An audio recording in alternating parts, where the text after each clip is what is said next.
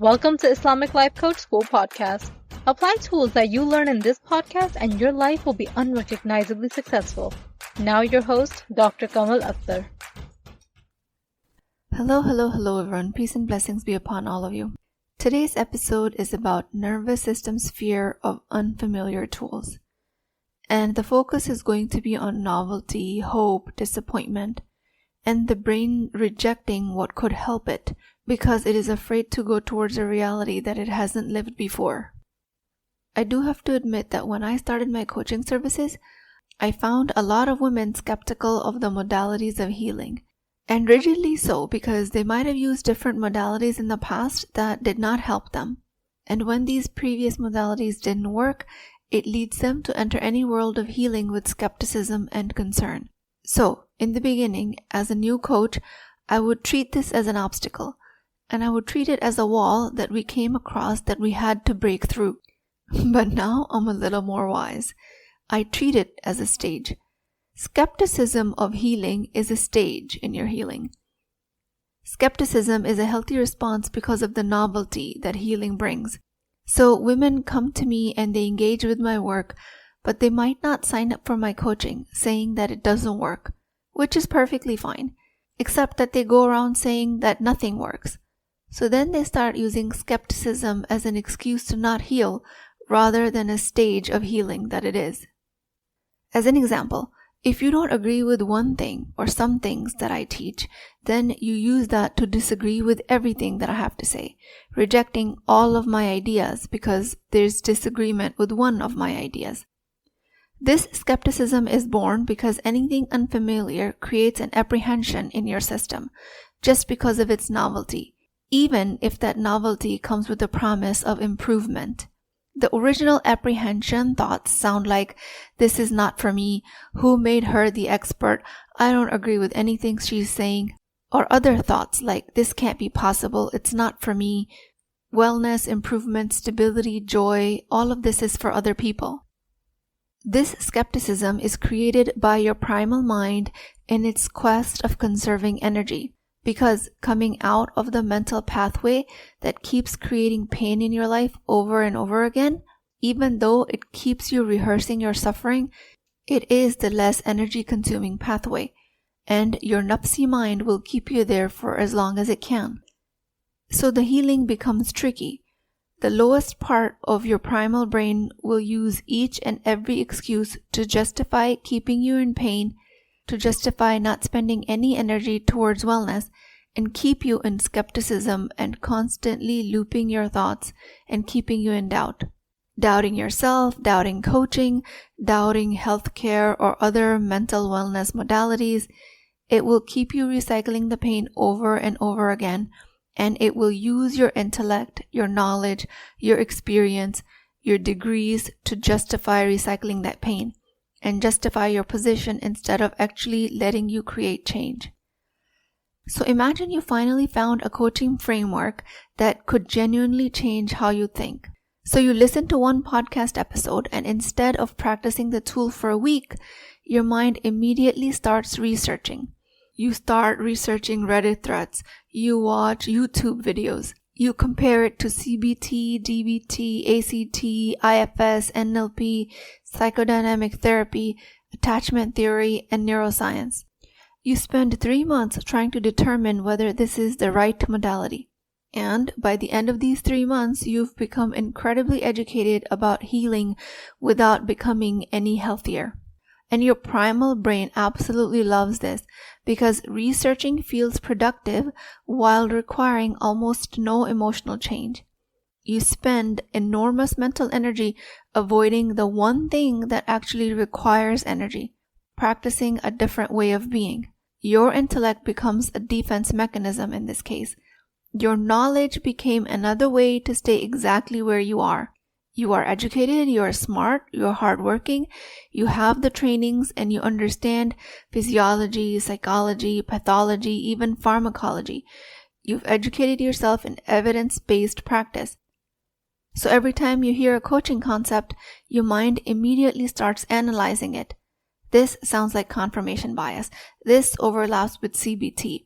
The evidence here isn't strong enough. The studies here are limited. Correlation doesn't equal causation. And yada yada yada. Your reasoning continues. And everything you're saying may be intellectually accurate, but notice what is never happening here. You never practice observing your own thoughts. That was the original invite of the podcast. Your knowledge became the shield against transformation. And you never really learned to regulate your nervous system during conflict, which was your original goal to begin with. You continue to remain the person that can't think clearly when your child misbehaves, and you're not any more successful in your business than you were before. The primal brain would much rather have you critique the treatment than receive it. It would rather keep you under the impression that intellectual superiority is the healing, rather than have you actually create some change or be emotionally free. It uses your mind, your intellect, your education to protect your suffering, because remaining an expert requires far less energy than becoming a beginner at something. And your lower brain does not care if you stay stuck through ignorance or intelligence. It has no preference. If ignorance won't keep you in the same emotional pattern, it will recruit your intelligence instead. It will use your degrees, your religious knowledge, your life experiences, your critical thinking skills. All of this as evidence for why you should not change. In the hands of the nafs, even intelligence becomes another tool of self-sabotage. The smarter you are, the more sophisticated your self-sabotage becomes. So while skepticism is a normal stage of healing, when you first hear a new framework and your brain says this doesn't work, skepticism is your nervous system asking for familiarity. You might think you're evaluating the work when your body is evaluating the discomfort of the change. The question you should be asking is not, is this true? The question you should be asking is, in the process of this, will I have to become someone that I've never been before? When you ask this question with genuine curiosity, you start to realize that your skepticism might not be healthy after all. You start to realize that you might have been more loyal to your pain than you thought. If pain is your identity, where you identify as a woman who nobody understands, or the woman who has to be strong, healing threatens that identity. Not because pain is good. We know pain is not good, especially if it's unnecessary pain. But your brain would rather be right in the name of efficiency every time than be free in the name of novelty. If you come across a framework that works and helps you heal, then there's a chance that your old story will lose its power. And to the lower brain, that is terrifying. Because this would mean that now you're not helpless. Now you have agency. Now you can't blame your childhood or your circumstances. And this agency requires action. And you might be protecting yourself from hope by calling it skepticism. And sometimes you do not want to believe healing is possible because hope makes you vulnerable. If you hope and it fails, you will feel crushed. So you stay skeptical to avoid the grief of wanting something and not being able to have it. Skepticism is also you rejecting simple tools because your pain feels too complicated. Allah subhanahu wa ta'ala often places transformation inside repetition and simple tasks like salah, dhikr, wudu, fasting, daily practice. Healing may be simple, but simple does not mean shallow. You have left healthy skepticism if all healing modalities feel suspicious. You have to question why your brain rejects everything that could heal you. This is how you come back to healthy skepticism. This is how skepticism becomes a stage of healing rather than a destination. All of this is an invite for you to create a better relationship with your skepticism. You do not need to shame skepticism. You don't need to coach through it. You can say, of course, I'm scared. Of course, because this is new. You can say, I am allowed to question, but I'm asking you to not allow yourself to use doubt as a prison. You are allowed to test a framework through practice. You're not allowed to have endless mental debate, so you never get to practice any framework. Healing begins when you become willing to experiment. Constant skepticism is a loyalty test to your old identity. You are not constantly skeptical because the framework of healing is weak. You are skeptical because it works. And as a result of it, you will become someone new. And that is terrifying. If you have spent 10 years being the one who is always misunderstood, the one whose husband never changes, the one whose family doesn't support her, the one who is always criticized at work, then healing does not only ask you to feel better, it asks you to loosen your grip on the identity that you've formed. And these identities give you a strange sense of belonging. Even painful identities become familiar, comfortable homes. You may at times hate this home that you're living in, but it's familiar to you. You know where all of the light switches are. You know that you like the temperature in one shower area versus the other. So you've become really familiar with this home, even though at times you hate living here. You have to also question your skepticism because the mind confuses complexity with truth. And you reject simple healing because if you think your pain is deep, the solution must be complicated. If someone tells you, notice your thoughts, regulate your body, just choose the very next action, your mind will say, this cannot be it. I want a 900-page manual of healing. It demands a complicated route towards your well-being because your injury has been complicated. But I ask you to be mindful that sometimes the most powerful truths are simple enough that the ego feels insulted by them. So I encourage you to try the simple things. Your ego would always rather be right than free. If you stay skeptical because if the work is true, then you have to admit you had more agency than you ever wanted to believe. And you start to blame yourself. But that in itself will keep you stuck. So the freedom is in practicing your agency, not self-blame. Blame will say, this is my fault. I was not able to create change all these years. Agency and responsibility says, there is something I can do now.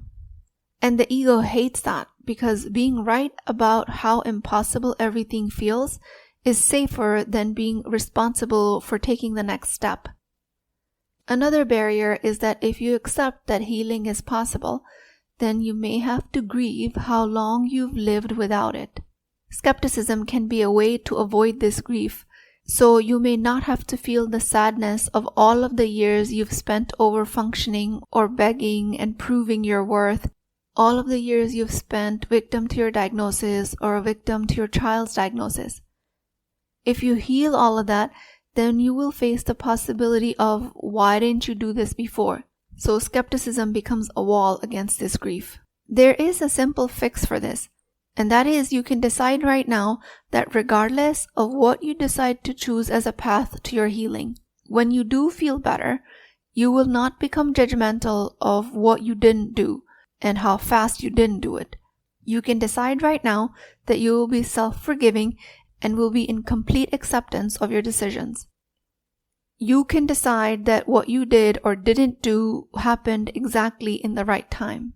Guidance arriving now or later does not mean that Allah subhanahu wa ta'ala abandoned you at any earlier point. It just means that this is the moment you were invited to create your change. I believe in my heart of hearts that healing exists for every woman. And some women are not skeptical of healing. They're skeptical of receiving it for themselves. There's also skepticism that your mind offers that feeds your sense of moral superiority. And that happens when your brain says that you will lose the moral high ground that you've gained through suffering. A lot of times, being religious, being spiritual gets confused with how much you're able to suffer. So you subconsciously continue to say, look how much I can tolerate. Look how patient I am. Look how wrong everyone else is. Healing threatens that story. If you keep retelling the story of what they did because that story gives you a place to stand above them, you will use skepticism of the healing modalities to stay on that pedestal, even though it hurts your life and your future possibilities. Quran calls you to purification of this nafs, the tazkiyat an-nafs. This is tazkiyat an-nafs, so that you can call your nafs out on all of these lies that it's spinning. Then there's the most dangerous skepticism, and that is selective. You question coaching, therapy, nervous system, emotional healing, and you do that with a microscope, with a fine-tooth comb. But you accept your anxious thoughts with zero evidence. You question the modality, but you do not question the thought that says nothing will ever change. You question the teacher, but you do not question your own inner critic that has been ruining you. Coaching and other healing approaches open your eyes to this biased loyalty to suffering. Skepticism itself needs a limit.